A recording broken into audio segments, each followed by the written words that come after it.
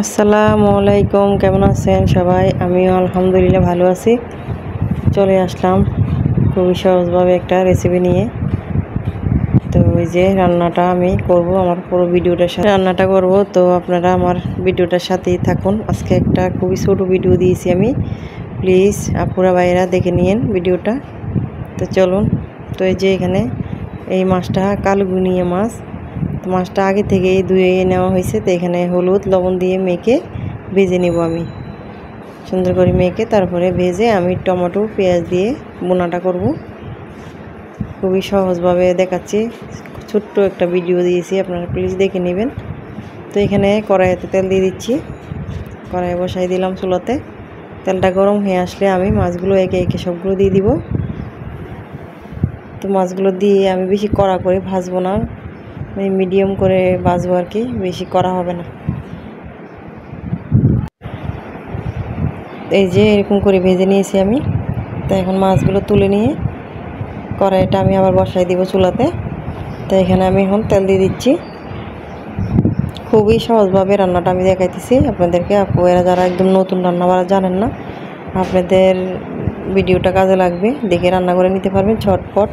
তো এখানে তেল গরম হয়ে আসলে পেঁয়াজ কুচি দিয়ে দিয়েছি, আর দিয়ে দিলাম কাঁচামরিচ আর রসুন বাটা, ফালি করা কাঁচামরিচ দিয়ে দিলাম। আর এখানে স্বাদ মতন লবণটা দিছি। এখানে হলুদ গুঁড়ো দিয়েছি 1 চামচ, মরিচ গুঁড়োটা দিব 1 চামচের থেকে একটু কম, আপনারা যে যেরকম জাল খাবেন এরকম দিতে পারেন। তো মশলাটা ভালো করে কষাই নিতে হবে, নেড়ে চেড়ে। একটু পানি দিয়ে দিচ্ছি মশলাটা যেন পুড়ে না যায়। তো মশলাটা যেন পুড়ে না যায় ভালো করে কষাই। এখানে টমেটো দিয়ে দিচ্ছি, টমেটো দিয়েও কষাই নিব ভালো করে। মাছের তেলগুলো আমি এখানে দিয়ে দিচ্ছি, মাছ ভাজার তেলগুলো দিয়ে দিলাম, দিয়ে মশলাটা ভালো করে কষাই নিতেছি। আর কেউ কিছু মনে করবেন না, শব্দটা আসতেছে বাইরে, ছেলেমেয়েরা খেলতেছে বাহিরে আর কি। আর ঘরেরও পাঙ্খা চলতেছে, ওয়াশিং মেশিন চলতেছে, ফ্রিজের আওয়াজ, সব কিছু চারিপাশে। তো এখানে ঝোলটা দিয়ে দিয়েছি মশলাটা কষানোর পরে। তো মাছগুলো দিয়ে দিব, এগুলো বলক আসলে একটু। তো যেই পাশে বয়েস করতে যাই ওই পাশে শুধু খেলে ফ্রিজের আবার ওয়াশিং মেশিন কাপড় দিচ্ছি, ওইগুলো ধুইতেছে, ওগুলোর আওয়াজ, পাঙ্খার আওয়াজ, বাহিরে বাচ্চা কাচ্চাদের আওয়াজ। তো কী করবো আর, যে রুমে যাই ওই রুমে শব্দ আসে, কারণ চারিপাশে জানালা, সব রুমে পাঙ্খা চলতেছে। তো এখানে এই যে যেগুলো একে একে সবগুলো দিয়ে দিলাম বলক আসার পরে। তো ঝোলটা আরেকটু শুকিয়ে নিব আমি। তো মাছগুলো ভালো করে নেড়ে চেড়ে এখানে আমি ভালো করে করব, বলক আনাই নিব আর কি। ঝোলটা শুকিয়ে যাওয়া পর্যন্ত অপেক্ষা করব,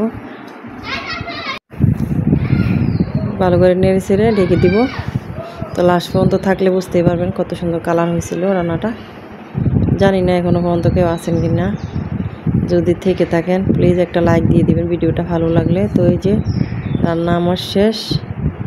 এখন দেখুন কালগুনিয়া মাছটা রান্না দেখতে কীরকম লাগতেছে,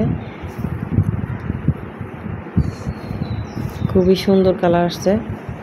আর খেতে তো অনেক মজা লাগে কালগুনিয়া মাছ, যারা খান তারা তো অবশ্যই জানেন।